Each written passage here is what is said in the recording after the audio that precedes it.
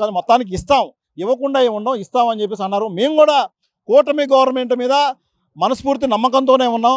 కాకపోతే 2 సంవత్సరాలు అయిపోయింది, డిలే అవుతుంది కాబట్టి ఒక జస్ట్ మేము ఇంకా అంటే మాకు ఒక నిరసన కార్యక్రమం, ఒక స్లోగన్స్ కూడా ఇదలుచుకోలేదు. ఒక ప్లకార్డులు పట్టుకొని ఇక్కడ నించుందామని.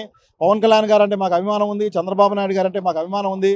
ఈరోజు మరి జనసేన పార్టీ ఆఫీసు ముందు ప్లకార్డులు పట్టుకొని నించొని ఏ విధమైన నినాదాలు చేయదలుచుకోలే. మేము జస్ట్ ప్లకార్డులు పట్టుకొని కాపు కార్పొరేషన్కి సంవత్సరానికి 3,000 కోట్లు ఇస్తానని కూటమి గవర్నమెంట్ హామీ ఇచ్చింది.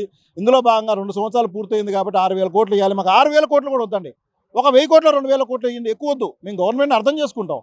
అంతేకాకుండా విదేశీ విద్య తాలూకా నిన్న కూడా కొంతమందికి పడ్డాయండి. మేము April 1 మేము నిరసన కార్యక్రమం అనగానే నిన్న కూడా సుమారు మాకు వచ్చిన సమాచారం ప్రకారం 20 మంది పైన పడ్డాయి. నిన్న అకౌంట్లో పడ్డాయి. గతంలో కూడా 100 మందికి పడ్డాయి. కోర్టుకు వెళ్ళిన వాళ్ళకే పడుతున్నాయి. అందరూ కూడా వేస్తారని నమ్మకం మాకుంది. వారం 10 రోజుల్లో డబ్బులు అందరికీ వేస్తారని నమ్మకం ఉంది. కానీ ఒక నిరసన కార్యక్రమం ఇక్కడ జనసేన పార్టీ ఆఫీసు ముందు ఒక కార్యక్రమం చేసి పవన్ కళ్యాణ్ గారి దృష్టికి వెళ్తుంది. వారు మమ్మల్ని అర్థం చేసుకొని సహృదయంతో అర్థం చేసుకుంటారనే ఉద్దేశం తప్ప పవన్ కళ్యాణ్ గారి మీద పూర్తి నమ్మకం, పూర్తి భరోసా మాకు ఉంది.